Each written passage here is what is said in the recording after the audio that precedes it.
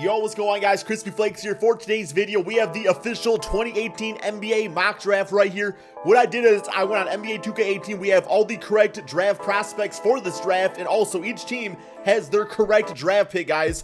So what I am going to do is I am going to do the lottery here on camera, talk about who every single lottery team should take, and then I am going to finish up the entire first round of the draft off camera, come back, guys, go over my summary and everything like that. Now, keep in mind, a quick trigger warning. We are not going to agree on every single pick, guys. I mean, there's going to be guys out there that people are going to overvalue and undervalue, and I might do the same exact thing. So, you know, try to keep it classy in the comment section below. If you think a specific player should go to a specific team, I definitely be open to your arguments right there. You know, I kind of, especially for the lottery, I kind of did that based on my own assumption and also team needs. But I also kind of based it off of, you know, I checked out some other mock drafts and stuff like that too to see what the experts were saying. So let's go ahead, guys. The 2018 NBA mock draft is about to get started, and by about, I mean it's going to get started right now, guys. If you can do me a quick favor and please drop a like on this video, it would be greatly appreciated. And we all know the Phoenix Suns do have the first pick in this draft. We are also not going to do any trades or anything like that. But here we go, man. The Suns are on the clock. So let's go to team needs real quick here. For the NBA season, you know, they got Devin Booker out there. Devin Booker, I think, is a great young shooting guard. Thing about him is that his defense is not all that great. So I know there's two really high prospects right now, and that is DeAndre Ayton and also Luka Doncic.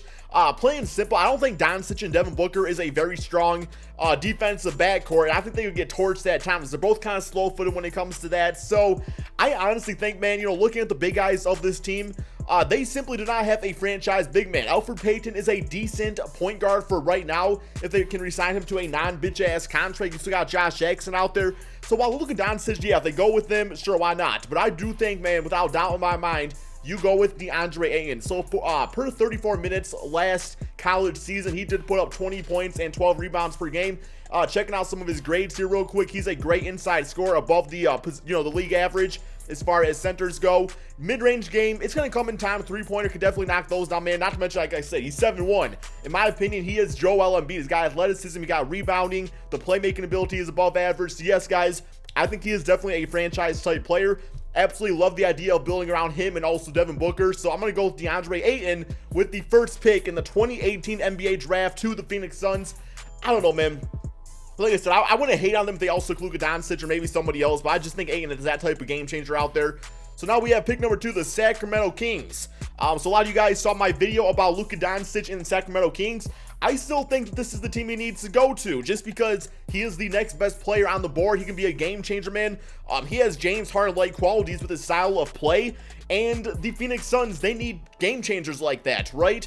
Now there is rumors that Luka Doncic might not actually declare for the NBA draft. He might stay in Real Madrid. People always roast me for not saying that correctly. My apologies for next NBA season, because maybe he just does not want to go on the Kings. I mean, that's definitely a possibility. But yes, so where's he at, man? Luka Doncic, check out his grades here real quick. Inside scoring a B. Great mid-range score out there, man. Three-pointer, definitely decent. Thing about him, man, is that he's listed as the shooting guard position, but he can play point guard, shooting guard, or small forward. He's definitely a plug-and-play type of player. So, just overall, man, I think he definitely warrants the number 2 pick in this draft. Euro players tend to have a high risk of being a bust. I don't think that's going to be the case with Luka Doncic, just the way he's leading the Euro League and everything like that. So yeah, man, welcome to the Sacramento Kings. I think the King players would definitely be happy to have him on the squad. And he can fit in, you know, a number of different ways. I mean, it's not like, oh no, now Buddy Hield has to go to the bench or somebody like that. Because, I mean, if you're worth being in that starting lineup, your team wouldn't be second pick in the draft anyway, right? All right, so now we get over to the Atlanta Hawks. This is what I did think about a bit here based off their team needs. Now, I'm a big fan of John Collins at the power forward position. I definitely think he's going to be a solid NBA player for many years to come. Looking at his stats last season, he even shot 34% from 3, so he definitely has those capabilities. Because the one player I was thinking about is Marvin Bagley, the third from Duke. He is actually more of a power forward. He could play a center position, I guess, but no, man, I decided with this pick right here to go with the man. If I can find him, let me go grab him real quick here, guys. Michael Porter Jr. This dude is 6'10". This dude's athleticism is off the charts. Absolute beast, man. Great three-point shooter. He did only play 3 games for Missouri before going down with a season-ending injury. He put about 10 points and 7 rebounds per game, so it's a very small sample size. But I'm hoping this dude right here, man, could become like the next like Dominique Wilkins for the Atlanta Hawks. They just need a really good small forward like that. I mean, Taurean Prince is solid and everything like that. but this dude I think is a game changer. Not to mention they might be able to get another nice, decent piece alongside him. I think they got like the 30th pick in the draft also. Dennis Schroeder's going to get traded away, so maybe they can trade for a draft pick with that. I just think Michael Porter, you know, just the reward, if he does actually turn out to not be a bust or something like that, is definitely extremely high. And he's got the body for the NBA. So welcome to the team. Next up, we have the Memphis Grizzlies. I'm really not sure what direction this team is going to go in because they still have Mike Conley for another 2 years. Marc Gasol on a 1-year deal. Tyreek Evans, they're probably not going to re-sign him. Dillon Brooks is a pretty solid young small forward. But it's like, I got to think the Mike Conley and Gasol are probably going to get traded. But the pick I love right here, man, for this team is actually Marvin Bagley III. The reason I say that is because, for one, a big-time player for this team was Zach Randolph, a lefty out there who would definitely kind of bullet you down low. When it comes to Marvin Bagley, on his first season with Duke, he had about 21 points, 11 rebounds per game, but he kills you with that superior athleticism and also that quickness, man. So definitely having him down low to replace, you know, Zach Randolph from a few seasons ago would be a nice little round to take. He could play alongside Marc Gasol, no doubt. I feel like their games would complement each other very well. If they decide to keep Mike Conley, all of a sudden, man, the Memphis Grizzlies could be pretty dangerous next season if they decide to keep their core intact. I don't see why they wouldn't unless they really think they can get somebody, you know, some big-time player back. But next up, we do have the Dallas Mavericks. And when I think of the Bro. Sorry, guys. Bitch-ass 2K18 did crash on me. We are back with this right here. So we are now on the Dallas Mavericks. Looking at their team needs, when I think of this team, it's like they just drafted Dennis Smith Jr. last NBA season, good athletic point guard. But I mean, Dirk Nowitzki is probably going to play like one more NBA season and then be done after that. So I think it's definitely time to find his replacement, which is easier said than done. You not simply replace Dirk Nowitzki, you just hope to find a player that could somewhat fill the void of him somewhat when he does end up retiring. And I was thinking the best player to do that was Jaren Jackson Jr. So, checking out his grades here real quick, man. You know, he's actually a really solid three-point shooter. I don't know why it's listed as a D- on here. He did shoot about 40% from 3 on Michigan State. 6'11", so I really do think he could be that replacement for Dirk. I don't know why his three-point shooting is so low on here. Makes no sense at all, but whatever, bro. Jaren Jackson Jr., welcome to the Dallas Mavericks. Like I said, man, he can learn a lot, too. You know, just in one season working with Dirk. Plus, I gotta imagine that Dirk is probably going to stick around the organization anyway, so should be good to go from that standpoint. All right, next up, we have the Orlando Magic. And this one was quite easy to think about because there is a lot of great players left for this squad out here to take.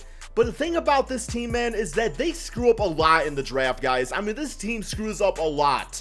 And for once, they just need to go with a player that they know is going to be solid. No risk. You know, don't take Trae Young because he definitely has bust potential. You know, you don't really need Wendell Carter, who I think is going to drop a bit in this draft just due to team needs. But I think, man, the player to go with in this case is Mikal Bridges. Mikal Bridges is 6'7", great three-point shooter, great defender. He's going to be a great 3-and-D player for many years to come. He's just those type of players you need out there. No, he's actually 6'8", man, with a 7'1" wingspan. Just go with him. He's gonna be solid, man. You're not taking any big risk right here, and it's exactly what the Orlando Magic need to do, man, is not take a risk and just get yourself a good piece out there. Not to mention, y'all got some bad luck with point guards in years past, man. Then all of a sudden, you can probably go for somebody like a Dennis Schroeder via trade or something like that. So I definitely like that. And next up, we get to the Chicago Bulls. You know, so if I would say in this case, if somebody like a Michael Porter falls to this team, they would definitely take him. But in this case, he's not. So looking at this squad, I look at the positions I think the most. Obviously, the center position, just because like Robin Lopez, he's decent, but he's definitely, I really don't think he's a starting caliber center on a winning team. Not to mention he is 30, so he's starting to get up there in age a bit too. And also the small forward position, although I still think Denzel Valentine could be a pretty solid NBA player, guys. He's only 24, so his numbers last season, checking these out, I mean, 10 points, 5 rebounds, 3 assists, and he almost shot about 40% from 3, so that's pretty solid. I think he'll be fine right there. So I definitely want to go with a center, man, and the one center I was thinking of was to form the demigod squad front court. Mohamed Bamba. This man has a 7'9" wingspan. He's an absolute beast. I just think like him alongside Lauri Markkanen, that's going to give the some teams some problems out there. Lauri can work on the outside game, kind of run that aspect of the offensive side of things, where Mohamed Bamba, I mean, post defense at A-. Like I said, guys, he's 7 foot. I feel like Robin Lopez could actually teach him a thing or two about like positioning and things like that. I just thought this dude was an absolute beast, and low-key, man, kind of a steal if you really ask me about it. I was deciding between Mohamed Bamba on either the Bulls here, or also I was thinking maybe the Dallas Mavericks. but I know they might go for some big name centers too, like maybe like a Hassan Whiteside, or there was even talks about DeAndre Jordan back on the Mavericks. So here we go, man. Mohamed Bamba going to the Chicago Bulls. Definitely like this one right here. And next up, we have the notorious, the infamous Cleveland. Well, 1 second, man. In a second, man. Come on, 2K. Hurry your bitch ass up, man. Trying to get this mock draft going. All right, we have the infamous Cleveland Cavaliers. We don't know if LeBron James is going to stay or if he's going to go at the making of this video. But with that being said, there's one player here. It's the risk, man. It's a risk, but it's a guy that is either going to play nicely with LeBron James, can learn a lot from him, or if LeBron leaves, he's going to sell tickets. And that is the man. Maybe you guys are thinking who I'm thinking of.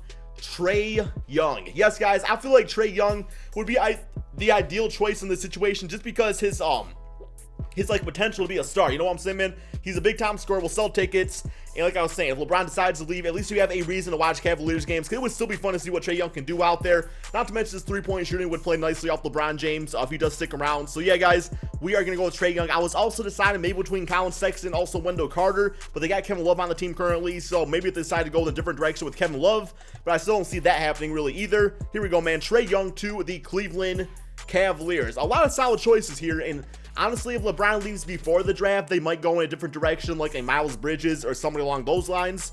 But we're going to assume LeBron is like staying in this case, or maybe did not make his choice yet. Next up, the New York Knicks. Looking at their team needs right there. Well, you got Kristaps Porzingis, and this is the part where it's like, you know, like Wendell Carter Jr. I feel like it's dropping really low in this draft because like it got to the point where I was getting the teams. You have like the Bulls, or even like, you know, the Magic, the Bulls, the Cavs, the Knicks, the 76ers who are up next, man. They all have power forwards. So it's just like, I couldn't really find a good place for Wendell Carter to go to. But in this case, this team, I feel like needs a pretty solid small forward. They got so many point guards on this team. Enes Kanter will probably be back. If not, they'll probably go for more of a veteran-oriented center. Tim Hardaway is on the squad here. So I decided for this case, it's time to go for that big name, potentially great small forward. And the guy I was thinking of is Miles Bridges. I feel like Miles Bridges was a pretty good, solid choice in this case. I will say he probably didn't play as well at Michigan State last season as people expect him to play, especially in the tournament. But I mean, I still think he has the potential. The thing about him is he is only 6'7". Now, that being said, he could still be growing. So if he could hit like 6'8" or 6'9", it would be even better for the team out there. But yeah, so welcome to the team, Miles Bridges. All right, next up, we have the 76ers. And this one was actually pretty simple for me out here, man. And a lot of this comes down to his potential trade packages with Markelle Fultz, because I feel like Markelle Fultz needs to be a starting point guard. So I feel like in this case, they could go for a point guard that would not mind coming off the bench. It's probably would even be a strong suit for him anyway to start off his NBA season. And that was actually Colin Sexton, man. I feel like Colin Sexton, he would just be okay with that bench role for now. A big time scorer, so we could provide that spark off the bench. And like I was saying, Markelle Fultz will then be open to trade packages, just because like I don't see the fit with Markelle Fultz on the 76ers guys in a long-term scenario. So I just felt like, man, this addresses some things and it allows you to package your first round pick from last year. So welcome to the team, Colin Sexton. All right, next up we do have the Charlotte Hornets. So looking at their team needs, Kemba Walker, we don't know if he's going to stay or if he's going to go. Dwight Howard has another season on his contract, although he was pretty solid. Marvin Williams, he's getting up there in age. Frank Kaminsky, I mean, what was his stats like last season? Not all that great. I mean, they were decent, just not all that great. Michael Kidd-Gilchrist, it's like, as far as like small forwards go, they have so much money tied up in small forwards. I feel like in this case, they should go with Wendell Carter Jr. I feel like Wendell Carter Jr. fell pretty far, and they would be so ecstatic to have him on the team in this case. So Wendell Carter, he would have some nice stats. He had some nice stats, I should say, alongside Marvin Bagley at Duke. Could be a promising piece. He shot 41% from threes, so that'd be nice alongside Dwight Howard. So Wendell Carter, you are the new member of the Charlotte Hornets. Maybe he'll go before that. I just couldn't find, I could not find a better team in this case than the Charlotte Hornets. Take him on. And now we get to the back-to-back picks of the Los Angeles Clippers. So here we go with this.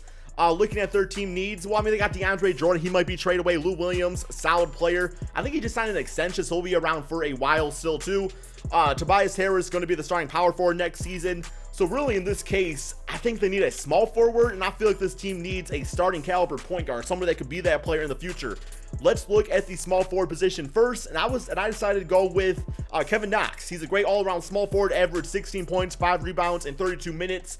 Last college season, and he's only 18, so I mean, he's a good young prospect, would definitely get some minutes out there and just do a lot of nice things. I feel like him and Tobias Harris would be a very nice little front court from a small forward, power forward standpoint. So welcome to the team, Kevin Knox.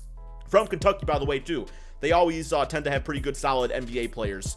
All right, so we got the next pick right there. I said a point guard, and this one's kind of an interesting, fun pick. And I actually decided to go with Shai Gilgeous-Alexander. He's a 6'6" point guard with great court vision. Averaged about 14 points, 5 assists, and 4 rebounds per game. The reason I like him a lot is because once upon a time, this team drafted Sean Livingston, and, you know, we all know he had that crazy, just horrible knee injury. Was supposed to be a star, so hopefully this is like some karma coming from the Clippers right here. And the next tall point guard they draft is going to be a star, man, hopefully. Or maybe not. I really don't know. Okay, but we are actually at the end of the lottery here. So what I'm going to do is on my end of things, I'm going to finish up the draft. Then I'm going to go with you guys, go ahead and show you guys the rest of my draft results real quick. So I will see you in 1 second. Okay, so here is the draft summary for the entire first round, guys. Now, towards the bottom, this is where it gets kind of like iffy, and people are going to have arguments about it, just because we really don't know what certain like team or player is going to fit nicely together, how they're going to do in the combine or anything like that at the making of this video. But here we go. So I have the Wizards taking Troy Brown Jr., the Suns taking Lonnie Walker. We got Keita Bates-Diop going to the Spurs. The Bucks with Jonte Porter. Now, on accident, I did actually accidentally switch around the Spurs and Bucks draft pick, but those are the guys I were going to take either way, so I mean, it did not really have an effect on that. We have the Hawks taking a risk on Mitchell Robinson, who could potentially be a beast. Timberwolves getting a nice backup, you know, point guard / shooting guard in Kyrie Thomas, especially if Jeff Teague, you know, he's going to be getting older. I think he's on the last year of his deal. The Utah Jazz getting a nice scoring point guard in Aaron Holiday, especially because Ricky Rubio, also Dante Exum they are prone to injury and things like that. We have the Bulls kind of filling that small forward void in a way in Musa. We got J.R. Smith going to the Pacers, you know, just in case like eventually when Lance Stevenson does decide to maybe go to a different team or retire, or maybe just becomes bad or something like that, right? Trailblazers with Fernay Simmons. We have the Lakers taking Gary Trent Jr., the 76ers with Chandler Hutchinson, I should say. This would allow them to, you know, maybe trade away Robert Covington, his $100 million contract, so that way they can have the cap to sign a LeBron James or somebody like that, or Kawhi Leonard in a trade or something like that. We have Dante DiVincenzo, the man that just absolutely killed it in the NCAA finals or championship game, going to the Celtics. Warriors with Jalen Brunson, maybe to potentially become that next, you know, good backup point guard once Sean Livingston retires. Moritz Wagner going over to the Brooklyn Nets. And we have Trayvon Duval, maybe filling the void at point guard if Dennis Schroeder does get traded. Guys, that is my first round mock draft for the 2018 draft. So hope you guys all enjoyed this video. Let me know in the comment section below what player you want your favorite team to get. Thank you all so much for watching, and peace out, my friends.